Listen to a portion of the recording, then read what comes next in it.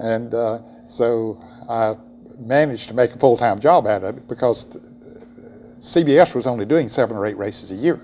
And ESPN came on, and they were going to do 15 and eventually 20, 22 races a year. So it helped me to develop a career that I could make a living from. Well, and who better than someone who you've run over, what, 300 and something races, I think was what we read? Like, I raced in about 350, 51 to 52 races, yes, and won 50 of them, which is fairly good average. I guess. Do you still get on the track at all? Or? No, I really don't have any desire now to. No. That really left me not long after I quit driving, and especially when I started broadcasting, I found a bigger challenge in the broadcasting than I did in driving the race car. And I think that's what athletes and people in your business, they're looking for a challenge.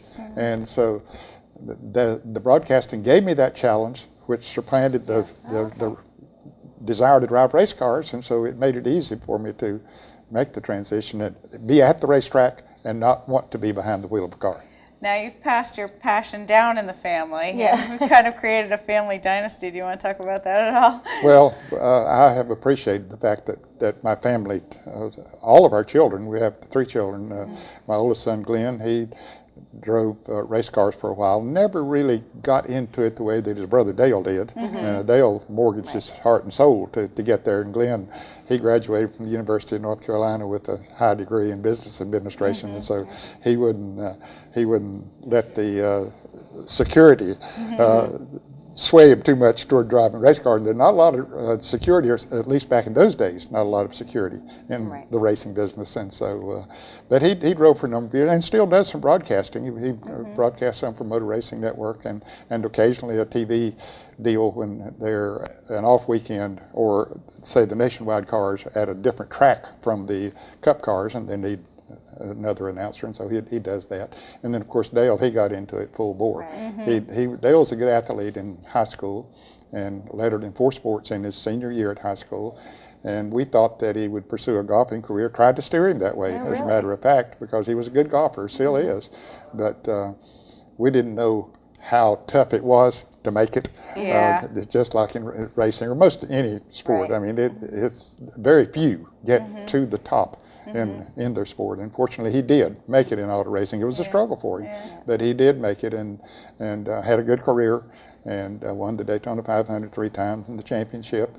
And then even before he retired, he was offered a deal with ESPN and ABC to broadcast. So he's in his 3rd year now with them. And so that makes me proud that he is doing that. And we have a daughter also who worked in the sport in public relations and marketing for a number of years until she had twins, and then after that she became a full-time mom. But her husband is the competition director for Joe Gibbs Racing, so they've all been involved and still are. You're all still in the racing field. You're all still hand on the pulse. Now, are you really fully retired now? You sound like you have to keep busy. Well, yeah, I have to keep busy. That's just I'm a workaholic. I love to be busy. That never changes. I do some things for the People's Bank, and I'm part of the Coca-Cola racing family and make some appearances for them each year, and then do a lot of community work as well.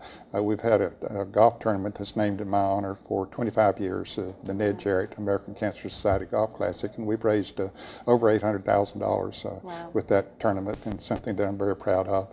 And just recently, I was named the honorary chairman of the Greater Hickory Classic by Insure, which is a Champions Tour event. It's this will be the 7th year for it, and it's a big event in Catawba County and around Hickory, because it's brings a lot of people into the community, and it's one of the most popular stops on the tour for the Champions Tour. And I've come to know a lot of those players and have played with some of them, and it's a fun thing to do, but it's giving back to the community, because we're trying to make that tournament a community affair.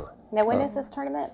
I'm sorry. When does this tournament take place? It takes place at Rock Barn Golf and Country Club in Conover, North Carolina. Okay. And Don Beaver, who owns that facility has been sponsoring it for the 6 years that it's been in existence. But fortunately, they found Insure now has come on as the main sponsor, and I just happen to be a user of the Insure products as well, as far as I was concerned. And so we look forward to getting deeper involved with that training. Yeah, that's wonderful. It's terrific, all the things that you're doing for the community, and we're really honored to be able to speak to such a legend in the racing industry. I mean, we could spend an hour talking about all the awards, and I mean, you've just won numerous awards. You've been honored for many different things, and you're right here in Mooresville still, Mooresville area. So that's great. Well, Mooresville has sort of become the hub of NASCAR racing. Right. Yes. You know, the teams that are not located here aren't far away, and the majority of them are located in this immediate area,